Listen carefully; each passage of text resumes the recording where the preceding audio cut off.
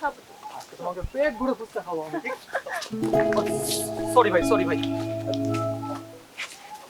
লাগেনি তো? ব্যথা পাইছি, ব্যথা। ও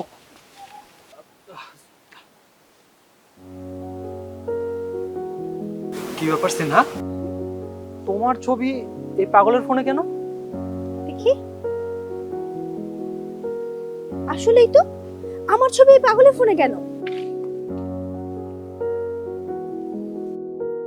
শাম্য, তুমি? সিনা, আমার সিনা, তোমার এই অবস্থা কেন? দেখো আমি তোমাকে ভালোবাসি। রাত দিন সকাল সন্ধ্যা আমি তোমাকেই ভালোবাসি। সিনহা কি বলছে এসব? এই পাগল এসব কি বলছে?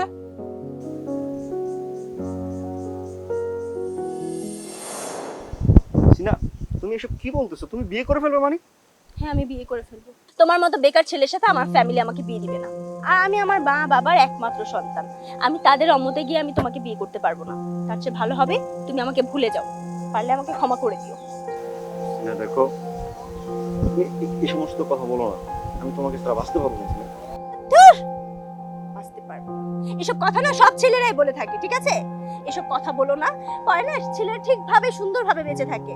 তোমার জন্য না আমি আমার লাইফটাকে নষ্ট করতে পারবো না। ভালো থেকো।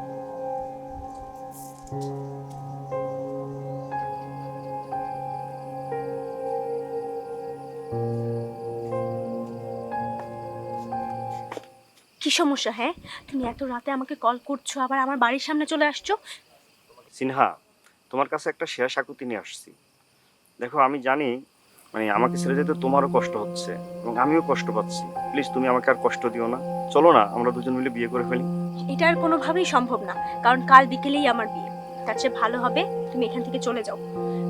কেউ যদি দেখে ফেলে অনেক বড় সমস্যা হয়ে যাবে। আচ্ছা, আমি যাচ্ছি, কিন্তু আমার শেষবারের মতো একটা কথা শুনো।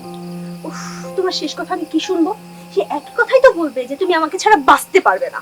না, তোমাকে ছাড়াই বাঁচবো এবং ভালোভাবেই বাঁচবো। শুধু তোমাকে একটা কথা বলবো, আমার এই মনে তুমি ছিল, তুমি আছো, তুমিই থাকবা। এ মনে আমি অন্য কাউকে কখনো ঠাই দিতে পারবো না। আমি আর কাউকে বিয়ে করবো না, এটি আমার শেষ কথা এবং এটাই আমি তোমাকে বলে গেলাম। আর কখনো আমি তোমার সাথে থাকবো না।